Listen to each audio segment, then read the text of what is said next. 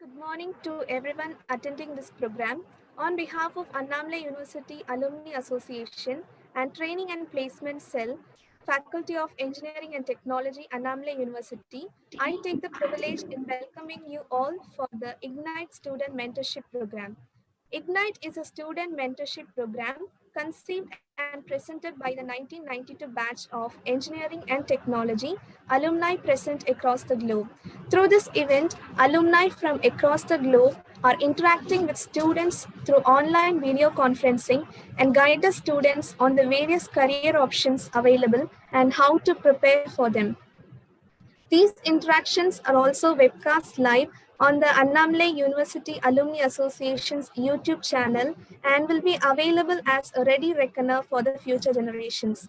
IGNITE consists of 20 unique sessions on various aspects of career building and conducted between 1st of February and 26th of February. We are in the 4th week of IGNITE and today is the 19th session. Today's speaker, Mr. Anandarajah, is the founder and managing director of Education Experts in Australia. Mr. Anandarajah Karpaya is an alumnus of 1992 batch of Electronics and Instrumentation Engineering. After his engineering, he has completed many other courses like Cert 4, Postgraduation Diploma in Marketing, MBA, MCP, TAE, and JP. Anand Karpaya is the founder and managing director of Education Experts, which is currently involved in setting up and managing registered training organizations, providing marketing intelligence and support and internal compliance. He is also involved in a software development company and developed various educational systems. Anand is currently the managing director and principal at Hibernia Institute and CEO at Advanced English Language Center, offering General English Certificate for Diploma and Advanced Diploma in the field of Business and Information Technology. Anand was instrumental in setting up the SCBIT campus and achieved a very high growth within a short span of time. Anand was successful in bringing about the collaboration between SCBIT and leading university in Australia during the years 2005 to 2012. For over 7 years, SCBIT successfully ran the university bachelor's and master's degree programs in the field of business and information technology. Prior to this role, Mr. Anand held various academic and executive positions at various academic institutions and universities in Australia. Before embarking on his academic career, Anand was into marketing and has been a consultant to various organizations both in Australia and overseas. Anand has specialized in international education and has built an excellent rapport within the agent network. He has a wealth of experience in both tertiary and vocational education sectors. He has also done extensive international education marketing in various continents. His strength, knowledge, and market expertise span from Japan, South Korea, China, Mongolia, Hong Kong, Taiwan, Philippines, Thailand, Vietnam, Malaysia, Bangladesh, Sri Lanka, Nepal, Middle East, East and Central Europe, Africa, and South America. Apart from these, he also teaches marketing and information systems and operations management. His areas of interest include e-commerce, e-marketing in relation to customer interface and service operations management. Competency-based learning is the right approach to teach lower end of the workforce. Welcome you, sir.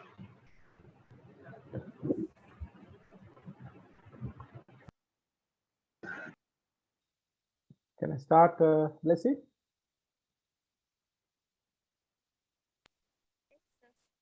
Oh, thank you. Thank you for the introduction, Leslie. I'm not sure how many of them are watching this presentation, but I have a slideshow, which I hope everyone can see.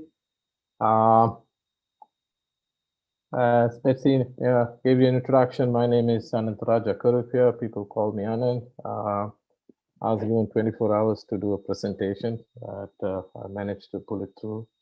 And I've been in constant touch with Mahendra to see how to link this whole presentation for last 19 days. So I thought, okay, let's make summary of what went through so far, and how to link all the dots. That's the presentation. That's the aim of my presentation today. So about me, and Blessy did give you a brief introduction. I passed out E&I in 1992, and late 1992 I moved to Australia. Imagine landing with no experience and I have to start all over again. But my engineering degree gives me a tremendous boost and an edge to span into further career out here. I also came to know after coming here, this is predominantly a service-oriented industry. There's hardly any manufacturing was happening in Australia. So engineers tend to find it difficult to find a job. More towards the predominantly is mining sector. There's plenty of mines outside the major capital cities, but not much work going on in electrical, mechanical, or civil or construction. It was a bit cyclic job, and so I decided to change my profession, and I went and did a postgraduate studies, and I embarked myself into management studies, and which I struggled hard because I had no clue about management. I have no clue about accounting and economics, which I never studied since year 10. But I struggled, and I've learned, and I completed the course. But there is, I mean, every pathway you take, there's an opportunity. My opportunity, I never expected I'm going to get into academia, getting into teaching. Just because I got a very high marks in market research, I was given a lecture job. So the professor sent me an email to say that, can I have a meeting with you? I went to the professor's room and said, what's the main purpose of this meeting? I said, how did you manage to do that analysis? That's something I learned from engineering, where numbers is my strength, and I did more than what they expected. So they were really surprised with those analytical work I did in market research. And they said, do you want to become a research assistant? I said, why not? That's what my journey started in academia, but I never looked back. I did 10 years of service in both public and private sector. And I realized that there's something hidden talent in me rather than working. So I decided to embark on entrepreneurial skill and decided to venture into my own entrepreneurial work. Since then, I never looked back. So I'm the CEO of various organizations. I got 4 registered companies in Australia. And of course, when you do a bit of an entrepreneurial work, there's always positives and negatives and high and low. But you have to manage. That's a challenge you take when you embark into those kind of activities. That's why I call myself an accidental entrepreneur. I never dreamt about becoming an entrepreneur, which I will touch base in this session down the track. And I'm still alive and well after 25 years of services in this part of the world. It's not easy. It is struggle.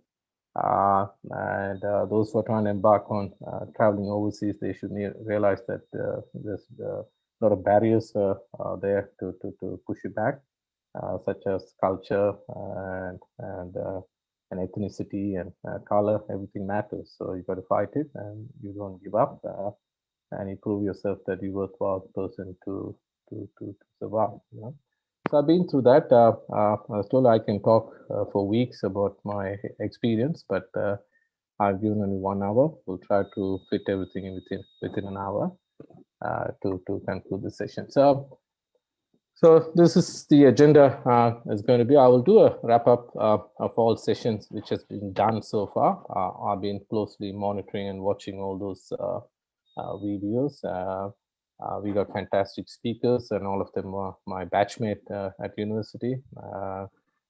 They get through. They're given tremendous exposure, and an opportunity for existing students to look at it, and we will touch base some of the key points and see how to move forward from there. My focus will be more towards planning for career through self-analysis. We'll look at what are the aspect you need to look at that when post graduation, and then finally we will question and answer. So I'll touch 15 minutes of the first agenda. We already lost 5 minutes, I think, so I'll try to rush up, and then I'll touch 30 minutes on agenda item 2, and then we give last 15 minutes or 10 minutes in question and answer. If anyone has any question, please write it down and ask me. I'm more than happy to answer and guide you in the right direction too. That's the way I'll look at it, providing quality feedback. Okay, so these are the topics which some of my batchmate touch base so far, and I've segregated all those topics into 10 items. So you had a good discussion first week, more about civil services, public sector opportunity, and state government role, and then space, science and technology, manufacturing, project and design. Some of my colleagues, batchmate touch base, supply chain and sales and marketing, IT services and semiconductors. I combine that, and teaching, which all about local and overseas. A couple of overseas presenters were there, and then oil and gas sectors and social. I always say it's a noble sector. A lot of NGOs are there, something I never heard about that when I was in final year of university. What does NGOs means? A lot of job opportunities are there in NGOs too, which is a huge sector, vast sector. I'm not sure how the NGO sector works in India, but definitely there's a tremendous scope outside India. And by the way, all my approaches to be based on locally here in Australia, but I'll try to adjust my presentation to suit the local industry and conditions too. And if at all, if anyone have any questions or doubt, we will touch base towards the question and answer session. Okay. So look at Google NGOs and see there's a lot of big NGOs so they're recruiting paid staff to look after a lot of NGO activities. More towards underdeveloped countries. That's something a lot of graduates have not heard about it. And also further studies. Some who finish engineering wanted to do further studies. That's been explained what sort of opportunities available.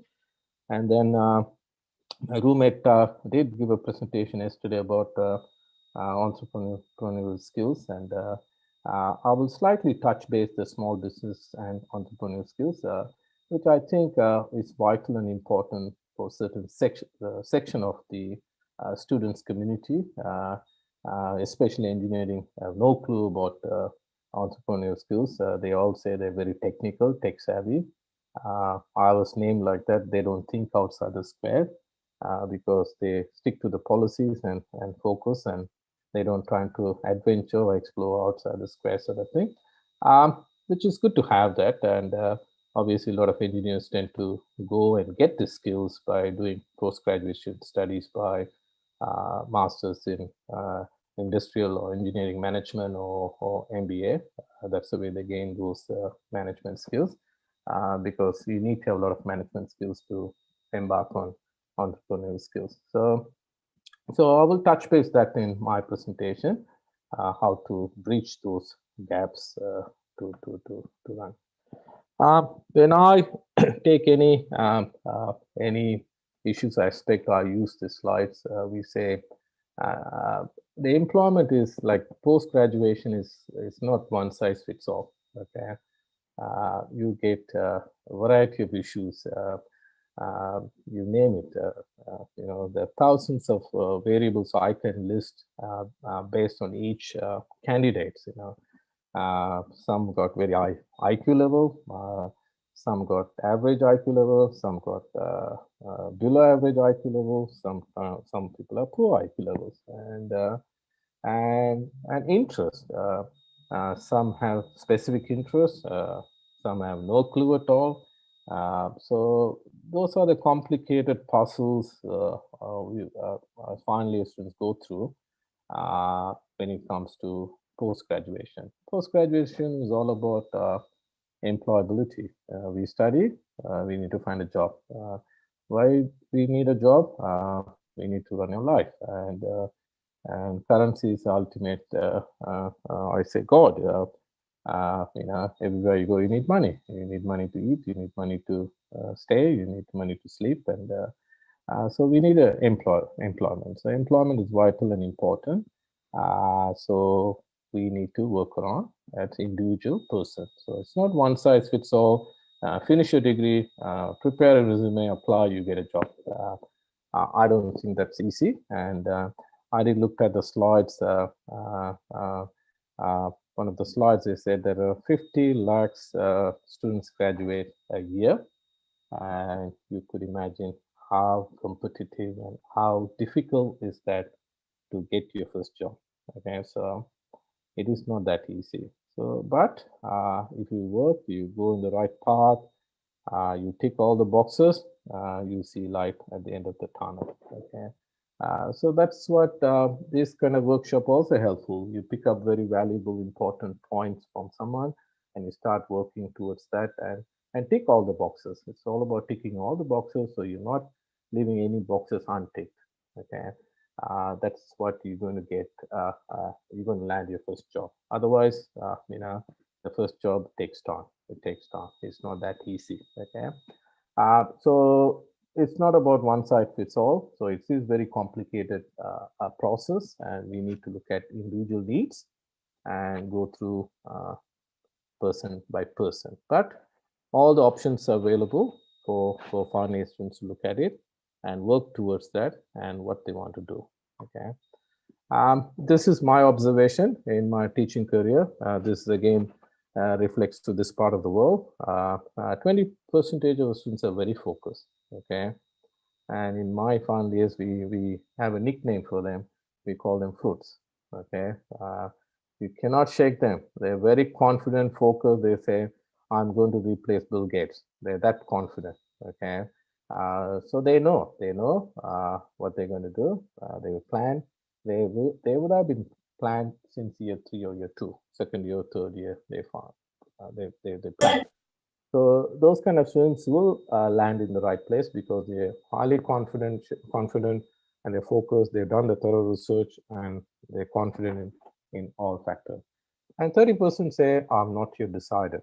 Okay, they're still grappling with what they're going to do. And then 50% will say, I have no clue.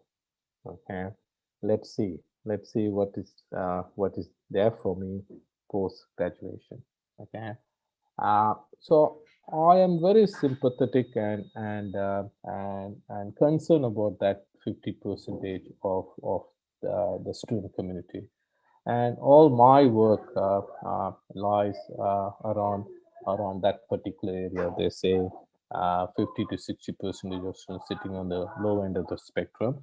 They are the vulnerable students in the society.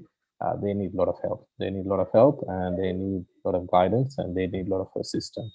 That's what I touch base in my profile. I'm a very strong advocate of competency-based learning. Okay. Industry always want high achievers, and I will have a slides on that. If everyone gets 100 out of 100 or 90 out of 100, what's going to happen to someone got 50 out of 100 or 60 out of 100? They're going to be left over. Okay, they're going to be catching the last train or tail end of the train where they can't find any employment. Okay. So that's the system, that's the way it functions, and we need to work around the system rather than resisting the system and trying to work out a plan to come out of it. Okay, so I've done a lot of work in those low end of the spectrum, especially students who have no clue at all, no idea about what they want to do, where they want to head after graduation. So you guide them, you hold hands, and get them through until they find their feet. So I don't know. I mean, there's a lot of organizations out in India should assist and help. and I will show what are the organization on this side, the assist and help students sitting on those low end of the spectrum. Okay. One important thing, you finish BE engineering does not mean that you're going to get an executive job tomorrow. I always use the slides in my career planning day. We say your CV, you're adding cosmetics to your resume or CV. Okay, your CV needs better than what you normally write. And you're a fresh graduate. You completed 4 years of degree. What you can put in CV, I'll tell you what. You put your name, you put your personal communication details, your education background. I'm a 4 years graduate from whatever major you've done, and you put your hobbies. And some will go slightly and say what are the projects they've done in final year. They're trying to elevate that if they've done something fantastic, and not everyone is going to do research and do some project where no one has done it. Most of the final year students tend to do the projects it's already someone has done it, or they're trying to prove something's already there, so which is not going to get extra yardage in your resume. So what else you can add? So you're not going to get a job by putting those things in your resume.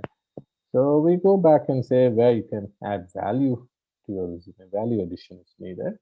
And there are a few points where students can explore, trying to get that additional edge over the other candidates to land the first job. Okay. When I was before coming, people talking about soft skill, communication skills, and other vendor-oriented certification, and a lot of other internship and work placement, unpaid work placement, a lot of things you can look at and get it done and add that in your CV. That I was involved in this training, or I was involved in overseeing this particular project for 2 weeks or 3 weeks, work under someone, and put those things on your CV. So when you apply to a potential company, some would like to talk to you about that. So if you've done that, first protocol is you sold yourself. You have to sell. It's a part of a selling. And then second stage is an interview. So first, your resume is good. You got an interview call, and second, you got to pass your interview. Interview, you've got to be very confident. Your skill level should be very high. And if they ask you questions, you don't stick to that question. You're trying to touch base some aspect within that question too. So that means you're showing the interviewer that you're very strong in that particular topic. So your knowledge is there, is tremendous. So that way is going to get your first job. Okay. So there's a lot of things to grapple when it comes to resume writing. And I told you, basic resume is not going to get you your first job. Now, I'm sure still they might be doing a lot of campus interview, and you can see that campus interview also. We got 600 students appearing for the interview. They said we got only 10 jobs, and how they're going to pick those 10 students? There's fierce competition there, you know. So you need to move outside the line, and you work your parameters, and this is the way I'm going to do. This is how I'm going to build my CV, and this is what I'm going to sell myself. So CV is all about selling yourself. You sell yourself, and you're marketing yourself. So that is the part I use. It's all about marketing, and of course, through that knowledge and credential and qualification also travel with you. Okay, so if you don't have a tremendous resume, you're not going to get through your first stage. First stage is your first job. Okay. So after graduation, what's next? I listed 3 options available for students. One, they can say, all right, look, I lack that management skills. Let me go and do an MBA or Master of Engineering Management or MS. Or they'll try to find a job, and that's what we call employee. And I'll always say, you can become an employee, or you can become an employer too. Okay, so if you want to become an employer, then you need to have entrepreneurial skills. You set up your own company, you set up a small business, and put all the resources in and employ 5, 6, or 10 or 20 staff and monitor them and do your business. Okay, that something is a taboo. It's a taboo word when I was studying, because I never heard about. There's a concept called small business and entrepreneurial skills. Okay, and I think a lot of institutions should start doing that, because there will be students who love to get those skills and work on that. And I touch base, the 50% of the students are vulnerable students in the community or society. They will be very good entrepreneurs. Okay, they should be given those opportunity to explore. And there's positives and negatives in becoming an entrepreneur or employer or employee. We touch base. What are the positives? What are the negatives? And how do you overcome all the negatives? Okay. Everything you go, there's a risk. There's an element of risk. We say 5% risk. How do you overcome the risk when the situation comes tough? Okay.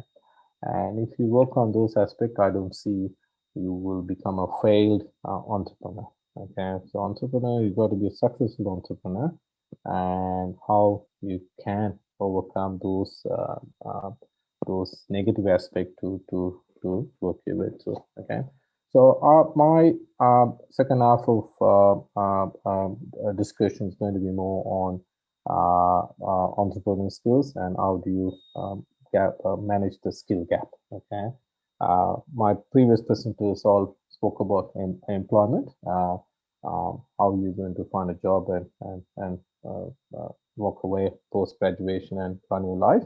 And I will touch base with the employer concept more towards the entrepreneurial skills, and we'll look at all those post graduation analysis. Okay, so positives and negatives. Of course, I don't need to talk about what are the positives. You go and work for someone, you get your salary on time. Okay, end of the month, the salary is in your bank account, and you go do your work and go home, and that's it. And what do you get in return? Yes, you get employment and you get salary. Okay, but what's happening in today's world is that the employment is not guaranteed employment. You might have job today, and there's no guarantee you're going to have job next month or next week. Okay, that's the nature of private sector, unless you work in public sector. Public sector works differently than private sector. And then you got to go in detail about what are the positives and negatives in public and private sector. Okay, that's also worth doing an analysis. The main reason is that, are you content with that? Okay, if you're content with that, it's fine. If you're not content with that, that's what you got to go back and think and analyze where you are going wrong. What I always say, you don't want to waste your youth, don't waste your knowledge. Okay, if you're talented, you need to be rewarded. So that's what you got to look at it. Are you happy with a public sector job? Are you happy with private sector job? Private sectors always pay higher than public sector, because there's a risk involved in private sector, because employment might not be guaranteed, whereas the public sector, the employment guaranteed, you can basically die at the job.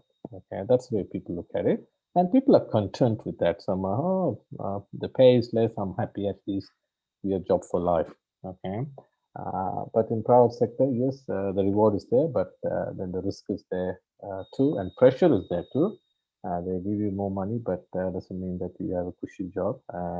You need to really work hard. Okay, whereas running your own business, more rewards are there. You work hard, the outcomes can be millions. But then when the business is not doing very well, then the expense creep up, and that's where the cash flow problem comes in, and people really study hard. And so how do you manage that particular time? I mean, you look at the current example, COVID. No business has been COVID proof. Okay, and everyone's learning through hardware. No one has dreamt about this situation. No one dreamt that the economy is going to get shut down for 3 months or 6 months or 8 months, and especially for me. And I never even dreamt about this is going to happen. But I weathered the storm. I survived because of risk analysis. We need to do a tremendous risk analysis to sustain and survive. I use Newton's third law of motion. Everything goes up has to come down. And in business, the revenue keeps going up, up, up. One day the revenue will come down due to various external forces. And can you sustain when the revenue crash down to rock bottom? When it crashed down, what are your fixed expenses? Your fixed expenses are rent and salary and some fixed costs. Can you manage that? Can you pay your bills on time? Those are the calculations you have to do to be on the safer side. Okay, so both employer and employee, there are positives and negatives, but it's your choice, and that's why I told you initially, one size does not fit all. And I've seen that some students do have very strong entrepreneurial skills, but you need to tap their interest and guide them and get them through that particular pathway. They will become tremendous entrepreneurs. And look at the 1992 batch, and there's a lot of entrepreneurs are there. They're doing very well. And you go back and ask any of those entrepreneurs, when you're in final year, have you thought about becoming an entrepreneur? I'll tell you, they will say no. They never even dreamt about becoming an entrepreneur. And I'm a living example. I call them, I'm an accidental entrepreneur.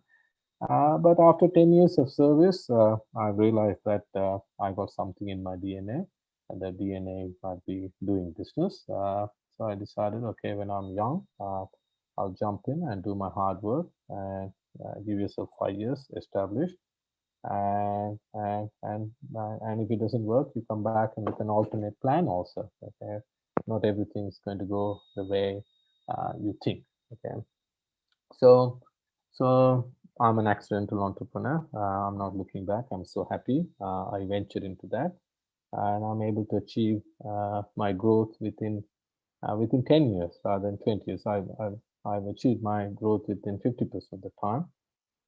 So maybe in 2 years' time, I think about my retirement. Once you achieve what you want, call it a quits. Enjoy life too. Those are the benefits are there. But yes, I went through a lot of sleepless nights, a lot of stress factor. Stress is there, and you need to overcome that. But it's worth it. It's worth it because it pays the dividend, and you can do what you want to do. You be your own boss, so you're not answerable to anyone. Okay. So those are the skill set knowledge you need to impart to the students who are trying to graduate, whether they really like it, they should explore. And here we have a lot of incubators and a think tank and some business cells. You can go there, you can present your case, they help you to do a business plan, they hold you, they follow it through. Okay. And one aspect is doing that is capital. We'll touch base where the money is coming from, how you're going to set up your business, and how you're going to look at the revenue, how you're going to pay back. Those calculations need to be done before you embark on that. So I have different approaches to those aspect of it. I'll explain that in detail. Okay. So do that analysis, draw a chart. If I go and work in this industry, what are the positives and negatives? If I decide to go an entrepreneurial and set up my own small businesses, what are the positives and negatives? And I'm telling you, it balances it out, but it's personal choice of an applicant. Okay, so and it's entirely up to them, but provided they have all the credentials to get through. Okay.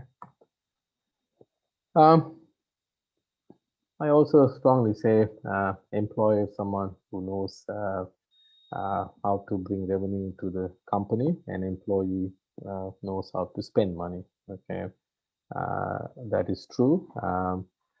Some executives have no clue how to make money, but they know how to spend money. Those are the two key critical thinking point when it comes to employer and employee. And so that's why I say when you appoint a chief executive officer, see whether the chief executive officer can make money. He knows how to bring money into the organization. I'm telling you, when you give maybe 50 lakhs to someone and say, "Can you spend this?" And I'll show them how to spend that 50 lakhs in 5 minutes. Okay, but you go back to that particular person, say, "Now you make that 50 lakhs in 5 minutes. You won't even make that 50 lakhs in 5 years." Okay, so that is an example we put forward. It's easy to spend and it's difficult to make.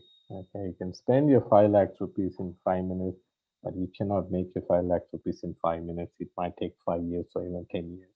Okay, so that's the difference between employee and employer. Okay, so the employee needs to have that. How do I generate revenue? How do the revenue come into the company? What are the human resources to do? What are the strategies I need to work out? What are the plans I have to do? Cash flow, financial plan, business plan, marketing plan, and then resources. You need to have right staff to handle that, and then monitor that, month by month or quarter by quarter. Have a regular meetings and see whether achieving the targets, meeting all the cash flow, and those are the aspects you need to do if you want to become an employer. Okay, and it's a bit of a planning process there, and I've given a chart. I'll show you the chart. What are the planning you needed to become an employer? Okay.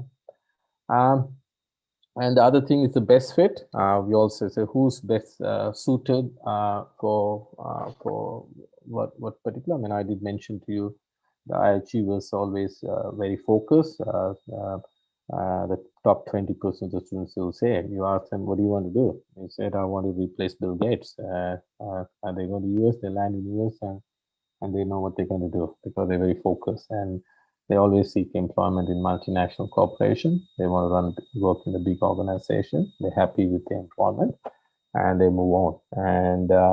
And some part will say, look, I want to do further research, and I want to go into R&D or get into teaching too. Some of my colleagues have touched base about teaching and research.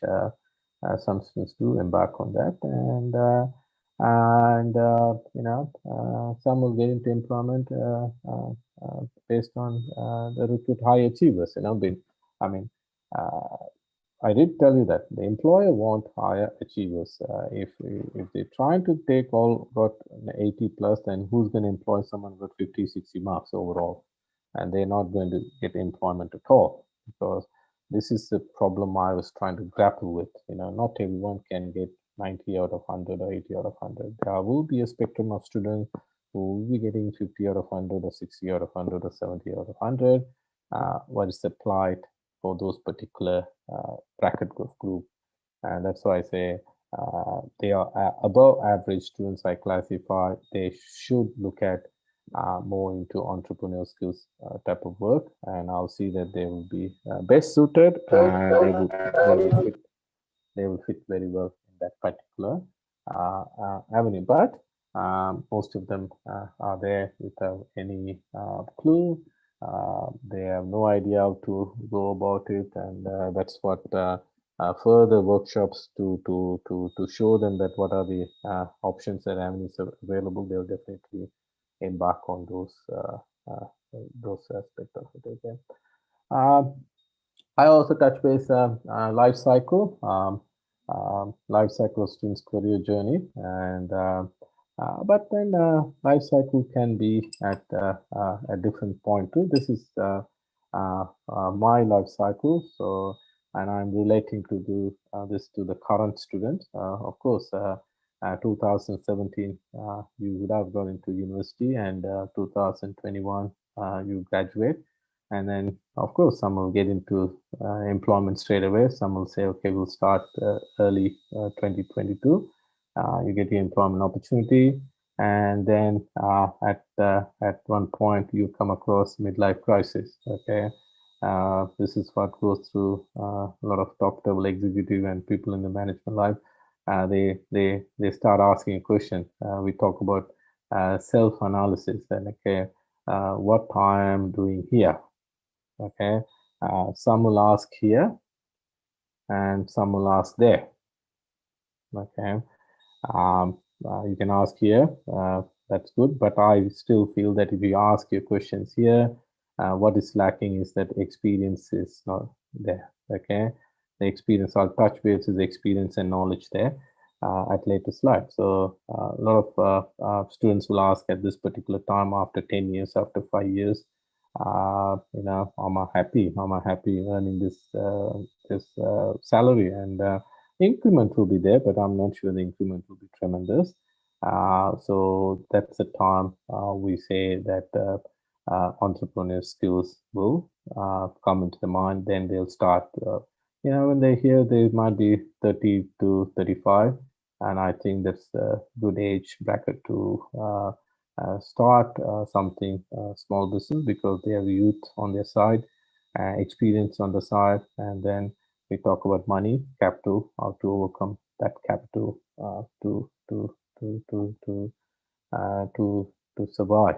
Okay, so you do the self-analysis here. What is our other aspect here? I normally say the entrepreneurial skills works very well here. Some will say, okay, I had enough of working locally. They'll try to go overseas. They look at overseas employment. But those students want to go to overseas. I always say that do a thorough research. It's not gloom and doom how we think before. They're only looking at the earning. They're not looking at the expense. Cost of living is very high in Western world. It's not that easy. If they earn $2,000, doesn't mean that they're saving $2,000. They might be saving only $300-400 a month because the cost of living is very, very high. That's something I would like to emphasize. Some students trying to go looking, exploring opportunity in overseas. You've got to be very wary about the cost. Okay, so that's what I call a life cycle. Every graduate should go through life cycle, and I call midlife crisis. A lot of students do have that midlife crisis when they reach after a few years and analyze it. And I think that the best way to move forward is that entrepreneurship skill, and you set up something small where you can provide your knowledge and the skills. You know. Some will think that yes, entrepreneurial skills need money. Money can be generated by various forms. If you have a good business plan, bankers will fund, or venture capitalists is happy to fund, provided they want to see the return. Or you can provide consultancy. You know, consultancy is something you don't need enough capital. You know, is you're the person, you're the brand, so that you're the time. So you need an office and marketing network, and you provide your services and see whether that is rewarded. You know, otherwise you'd rather pack your bag and go back to work. You know, so that's something you can explore. That's what the planning stage is very important. You throw everything up on the wall and start debating, start thinking, talking, which suits very well. And the bottom line is which gives you satisfaction. Okay. Satisfaction in terms of we talk about job satisfaction and also remuneration satisfaction too. Both are important and both are vital. We can't say I only want job satisfaction if you don't earn any money. You need to earn decent money too. That's what's going to get you through to next phase of your life cycle. Okay, so we expect that lasts for another 20-30 years, so that you can call yourself you can full retirement at the age of 60. You know, and some would like to work to 70. You know, so that's the way. And some are very entrepreneurial. They build a company and they sell it, and they go and set up another one, which I have done that. I didn't want to sell. Someone offered me 3 times more than what the price is there. I sold it. And I said, take it. I took a year off and I came back and started another one. Yeah. So if you can't shy away from work, work is there. Maybe work hard, you make money. You know? So those are the aspects you look at when you get into entrepreneurial skills, and you need to be savvy, you need to be smart. A lot of mediation comes through, discussion, and you need to handle those things. Those skills are very important and vital to do entrepreneurial skills. Okay. So if you decide to do get into entrepreneurial skills, we may say they basically brand you. The engineers lack management skills. Engineer lacks negotiation skills. Engineers lacks marketing skills. Engineer lacks financial skills.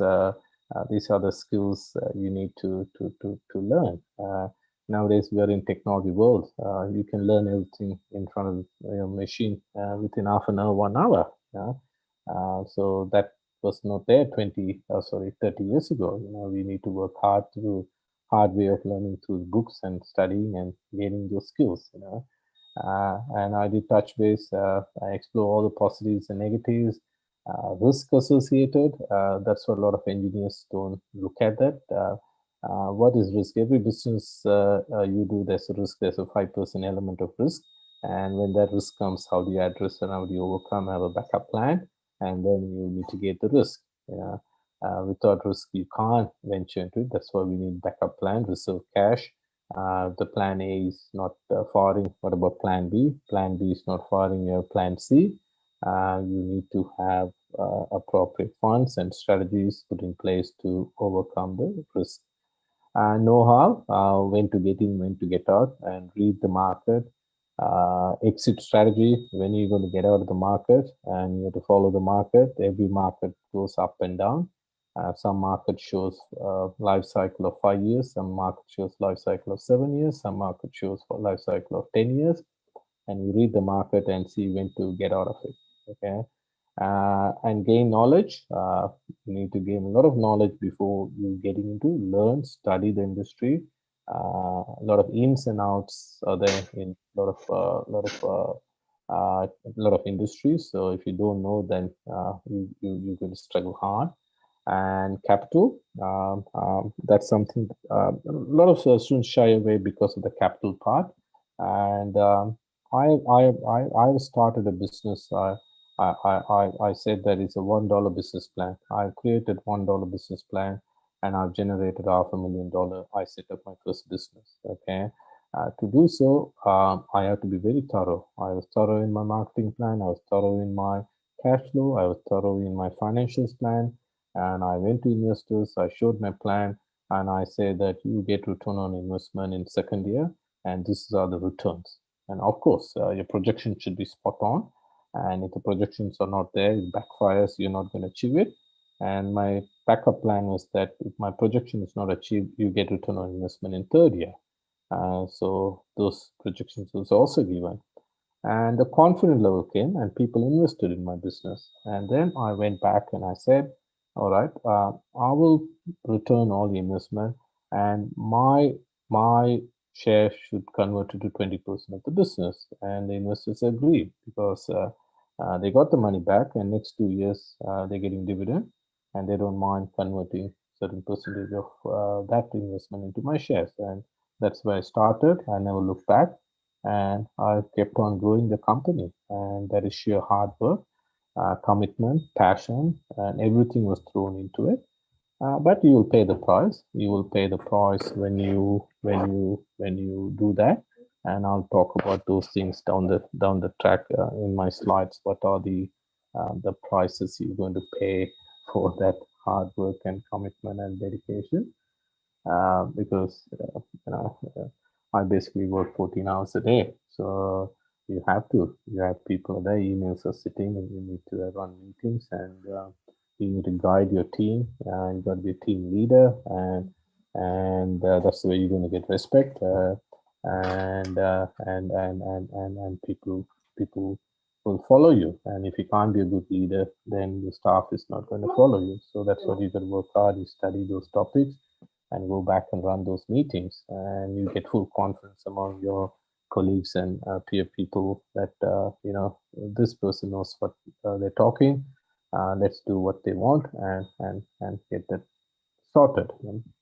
So That's why it's a capital and the business plan. You need to have very good business plan. You need to write a good business plan. You don't need to write pages after pages of the business plan. My business plans tend to be 1 or 2 pages. Get to the point, clear, neat, and easy to understand.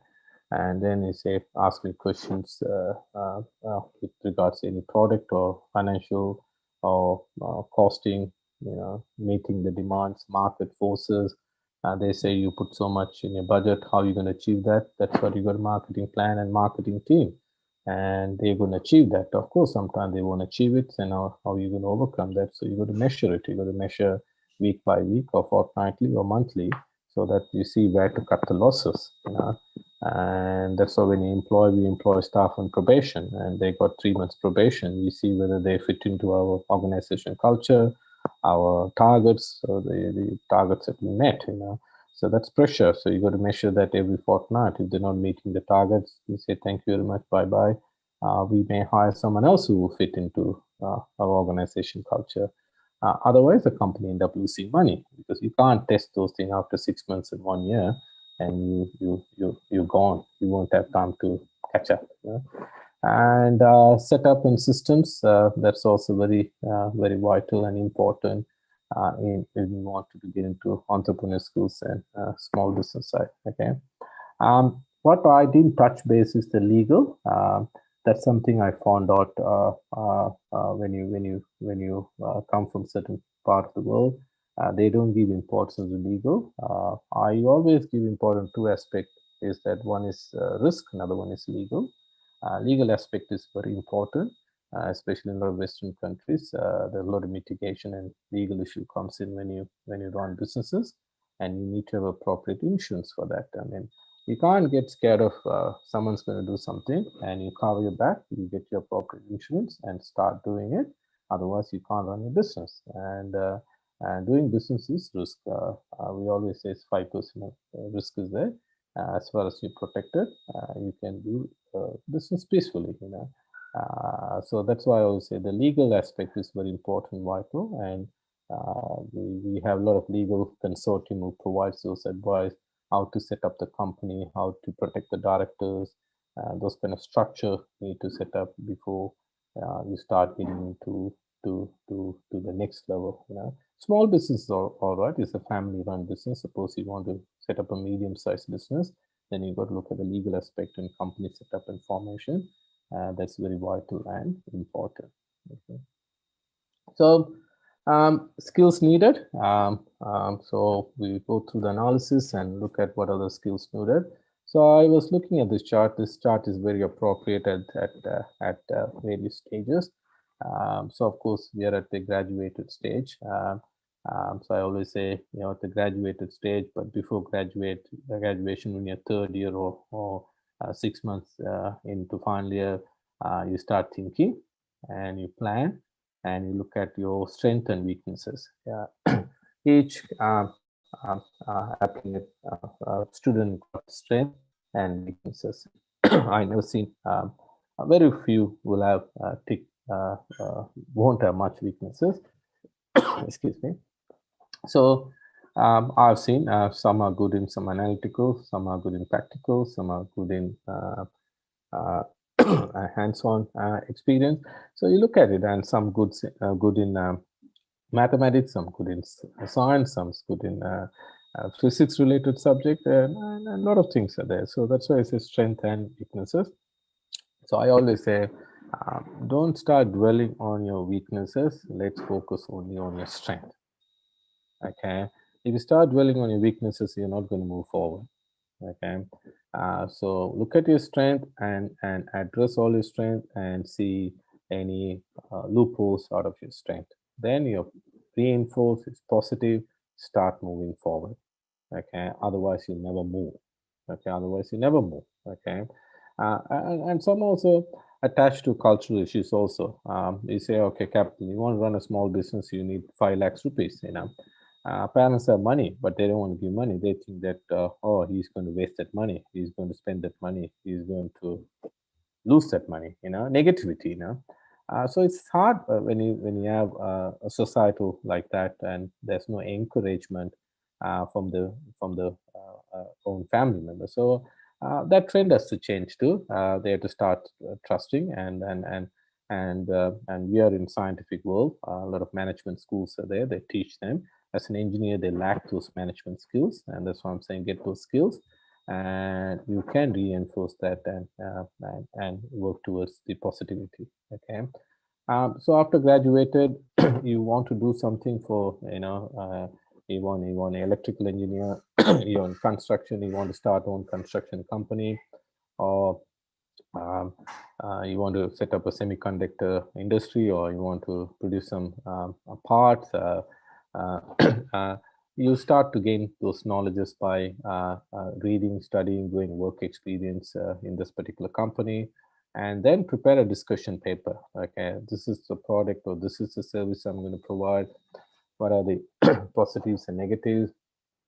And put that in a piece of paper, discuss, and then come out with a business plan. And they lack writing business plan. There are a lot of books there who talks about business plan, what you need in business plan, and get those business plan ironed out. And then you get into planning stage, and then once your planning stage comes, you look at seek expert advisors. And in Australia, we've got a lot of incubators. We have a lot of venture capitalists. We have think tanks. They always help to set you up and provide you advice and give you a lot of guidelines and suggestions. And I also part of some of those organizations where I nurture a lot of young dynamic entrepreneurs. I spend 6 months to 1 year with them. I always say, get your costing right, get your marketing plan right, and keep looking at week in and week out whether you're meeting the projection. And if not, come back, we reduce it. Basically, you play with it, okay? You want to make $1 million, you need to spend $200,000 on staffing costs. 20% of your revenue should go as your staffing cost. So we got formulas. And now you're not meeting that one, you only made 80%, then you say you cut 20% of your workforce out of that. So that way the accounts get balanced out, okay? So we try to balance the bottom line too. So the fine tuning need to take place, which they'll learn it when they go. So it's not thing, quickly you go and get rid of a couple of staff members to keep your books to balance, okay? So those kind of advice we always provide them, because the bottom line should look better, okay? And I have guidance and mentor. Mentoring is very important. I told you, I really wish some university can teach common sense and knowledge management. No one teaches these two, and you're a fresh graduate and no work experience. How are you going to run certain things? So only thing, you look up guidance and mentor, and they will assist and help you. And no MBAs and no management school teach common sense and knowledge management. That you need to gain on the job. Okay, some will make mistakes and learn, which cost you money. You make mistake will cost a lot of money, but some will learn through mentor guidance without following the expense apparent. And then, as I told you, capital. So if you business plan, there's a lot of venture capitalists there, or you can go to bank and show your business plan, and a lot of banks will fund. Of course, they'll ask you interest. I'm not sure what are the interest percentage where the banks in India charges. And then you go factor the interest charge in your business plan, whether your sales can overcome those interest payment or not, how quickly you can pay off those capital. So you do a projection. We always say any investment should cover within 2 to 3 years, and capital investment should cover within 7 years. I never advise anyone to go into capital investment for 14 years, which basically you'll be killing half of your lifetime. That's what's happening artificially. A lot of investments start wrecking up, and the accounts don't stack up. So we say that don't touch that. That's not a better investment. If you can recover investment 7 years, which is good, go for it. More than that, please don't even bother. Put the money in the bank, take the interest, and stay at home. Okay, so those are the analysis you need to do. You look at it, and I do get a lot of businesses coming in. We try to do the acquisition, and if I can't recover in 7 years, we don't touch those businesses. We say thank you very much. We are not interested. So those are the formulas you put in place. And so once the capital generated, you do the implementation. And how are we going time? We don't have much time. Okay. And then you need to set up your sales and marketing. You could lead it. You should know the marketing. That's the beauty of doing an MBA. You can know about marketing, and you can know about finance, and you know about operations management, you know about strategic management, and all those things are very vital part. One second, let's go. My dog at home.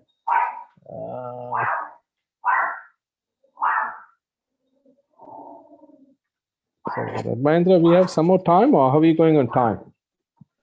No, it's 12:30 now, so you can probably wrap up fast. Okay, good. Thank you. So I'll quickly wrap up, okay? And so those cycle goes through staffing, cost and financials, and review, and then do the risk analysis. Once the business take off, you look at the expansion, and then look at the profit aspect, whether what are the percentage of profit you're generating.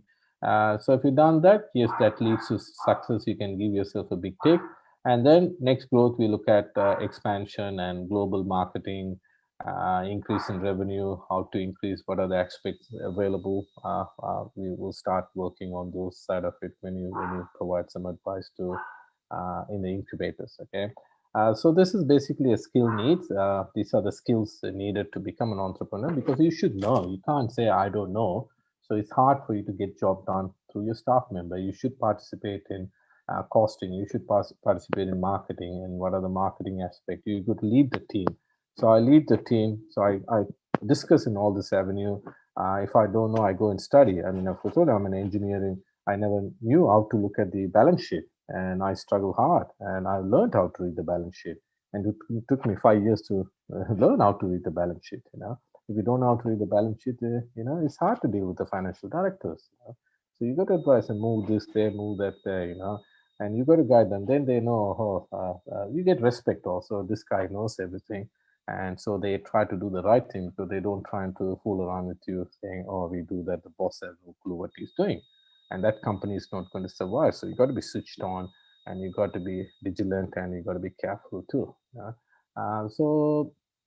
So that's almost there. In one more slide, we'll finish. So the X factor, you do your analysis, and I'll strongly encourage a lot of graduates to get into entrepreneurial skills either after graduation, or I call it the midlife crisis. And the X factors are there. It's a hard work, and you got to be focused. Don't become too greedy. We always say, if you're making $5 million a year, stick to $5 million. You might want to increase that by 20% or 20%, but don't try to say, I want to increase by 100%. And that's why you say the greed comes in. And keep in mind that every time you're trying to increase the revenue, you're also increasing your liability base too. Okay, so that's what a lot of people don't understand that. So you increase the revenue, you increase the liability too. So you got to be very, very careful, and careful analysis need to be done. And you got to be determination. You have to be very determined person. And then ethics. When you do business, there's a lot of ethical issue comes in. You got to be very careful. Absolutely, you have to stick to ethics. And a lot of people are saying they don't even care about ethics. And when I run, the ethics is very vital and important.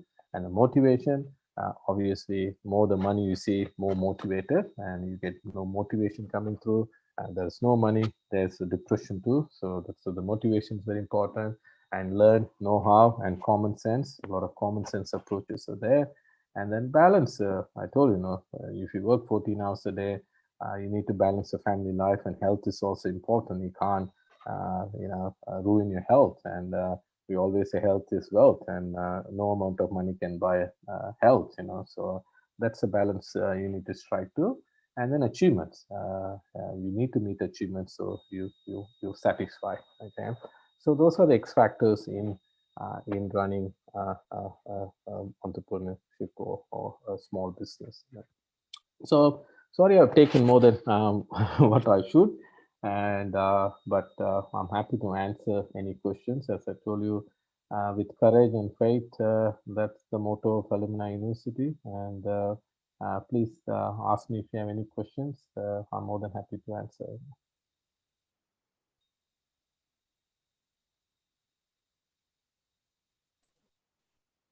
Thank you, sir, for your precious time with us. Now we move on to our question and answer session. So the first question is, What made you to quit your job and start your own? What was Okay. your plan B? Uh-huh. That's a good question. Obviously, working did not motivate me. It's a good life. You go, you work, get your money, and come back. But I thought I had something special. I have more talent. I have more knowledge. Why should I stop earning only, say, for example, $1,000 a month when I can earn $10,000 a month? So that's the main reason I quit my job. And the plan B is that when I started, I was early 30s. I said, okay, I'll give it a go for 3, 4 years. If this does not work out, then I can always go back to where I was before. So I took the risk, and I think I took the risk at the right time. I can't do that now. It's almost the group is touching 50, is too late. So the time factor was that. So yes, it didn't work out. I had a plan B to get back to workforce. Okay, sir. Um, the next question is, the job scenario is changing with technology. For Yes. example, there is a talk that IC engines will be replaced with electric or hydrogen fuel cells and so on. Mhm. So the Yes. scenario is similar in other industries too. So it requires one to introspect every now and then to plan for growth. But we were also advised not to jump careers often. So what is your advice for a sustained growth in career? I mean, who asked that question? They are very smart. They might be on the top 20%.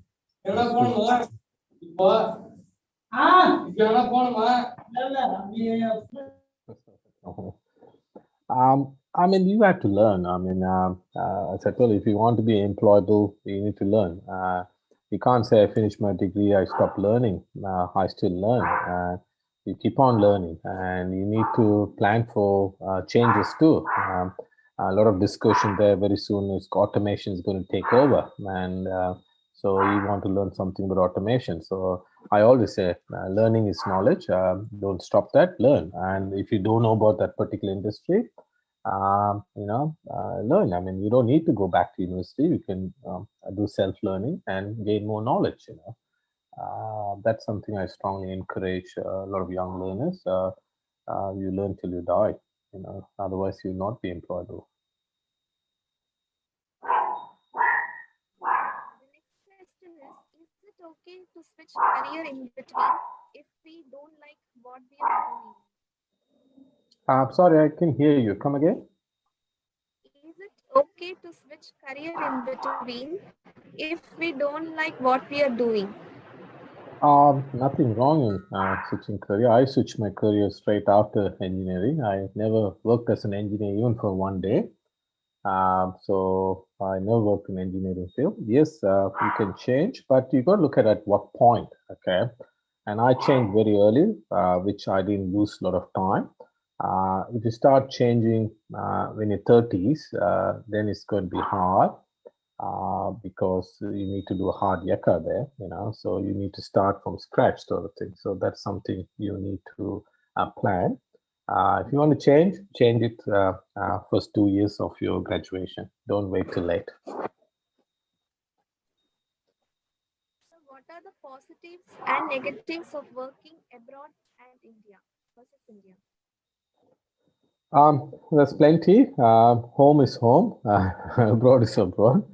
The positive is people think that yeah, money might be a positive thing, so it's the better remunerations there. But then the other thing, since need to look at is the living expenses. The cost of living is very high, so they need to look at it whether their savings is. We always say savings is very important. Whether your saving is higher in India or higher in abroad, that calculation needs to be worked out. If the savings is higher, that's a place I took it. I will take it. So that's what it boils down to. Apart from that, it's equally weighted. All the positives and negatives working home and working abroad. Home is you're close to family. Away abroad, you're not close to family. So those are other aspects people have to think about it. But then, yes, if you think that you be made out for working in overseas, please go for it. And I'm sure the university has done a fantastic job molding you to be successful in any part of the world.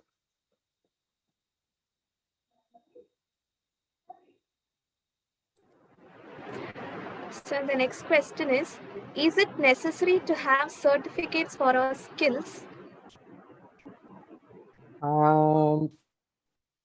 Yes, we always say what do you call validity. Okay, you say that listen, I get a lot of IT engineers coming here. They said I worked on Cisco platform. I said have you done the Cisco certification? So Cisco certification gives you tremendous confidence that you know about Cisco routing, rather than you coming and say I have worked on Cisco certification. Okay, so those kind of skill-based certification will add value. You better to have.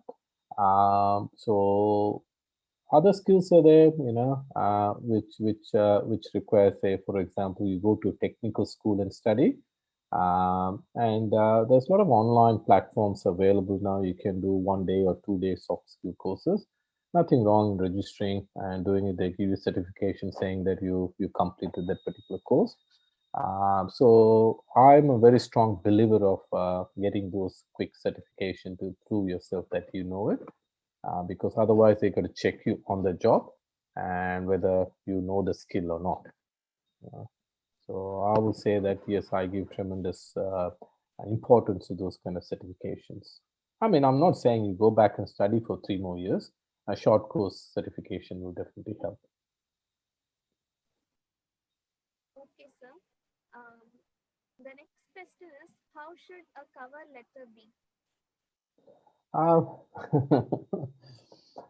To be honest with you, I mean, when you apply for a job, you get 200 application. Cover letter is cover letter. I tend to keep cover letter simple and short, because you're providing a resume. Resume I expect to be detailed. Cover letter can be simple, short, and sweet. That's all. Don't write stories in cover letters. You can highlight your key points.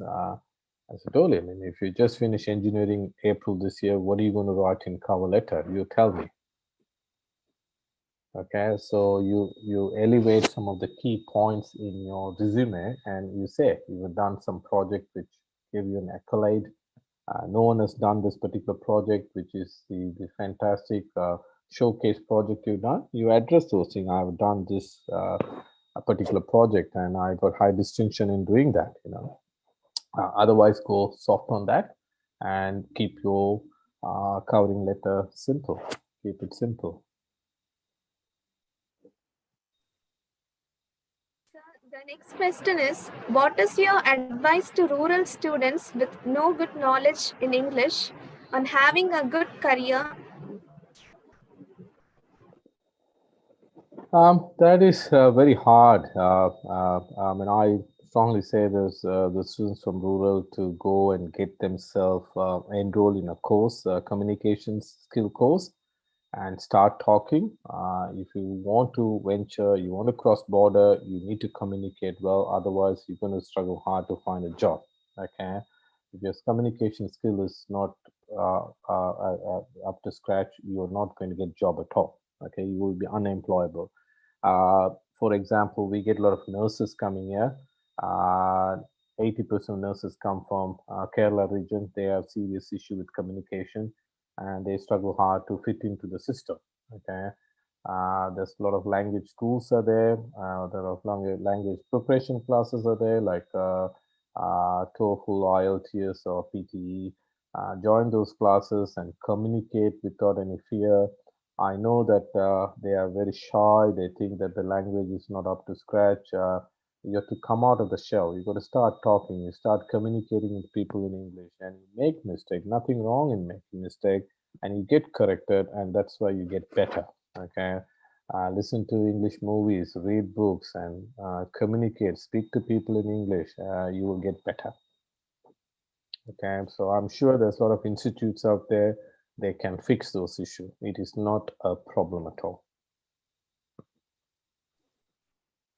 The next question is, so what is your opinion on Annamalai University? Do you think if we had done better, if we have studied in any other premier institutions? I always say that, listen, we celebrated 6-year diamond jubilee celebration when we were at university. Okay, so passed out 92. So almost how many years? 25 odd years. Almost going to be 30 years. Very soon you will be celebrating 100th year. Okay, it's a great accolade and achievement, and you go to any part of the world, you see Annamalai University alumni, and I just found 2 last week here. Okay, that's a bond. Okay, so definitely we will stand in tremendous stride compared to other institutions. Okay, so you look back my days, we try to get into Anna University, we don't get in. Next destination is Annamalai University. Then people go down to Madurai and Coimbatore. Okay, but of course there's a lot of institutions that come up last 25 years. But I still say that Annamalai University is one of the best university in the world, and it'll get better. And you have right structure and people working there. They will get Annamalai into next level, and you will never regret. So I never regret studying in that university. I'm very happy. And you know, your classmates and the final year students should be happy that they study in Annamalai University. Their future is bright, and they teach you real life skills, and you won't learn that in other university, I'm telling you. Thank you, sir, for answering all our questions so patiently. Now we request our professor, Dr. Dhanashekhar, sir, our placement officer, to give the concluding remarks. Thank you. Yes, sir. I welcome Anandarajah, sir, for today's session. It's a very nice lecture, long session today, full 1 hour you engaged. So there are a lot of topics, almost like a concluding session of the past 18 days. So whatever different speakers they touched. So you add some more inputs today. Almost all are the tips to our students. So they can take all these points, they can use for their to set their career. So like higher studies, employment and entrepreneurial. So there are many guidances. So you touched it today. So thank you so much, sir. Thank you for joining. So I thank all of you, the 92 batch team, for initiating this program. Thank you so much. Thank you. Thank you, sir. Thank you for giving me an opportunity to address those students, and I wish them all good luck and all the best, and I'm sure they'll keep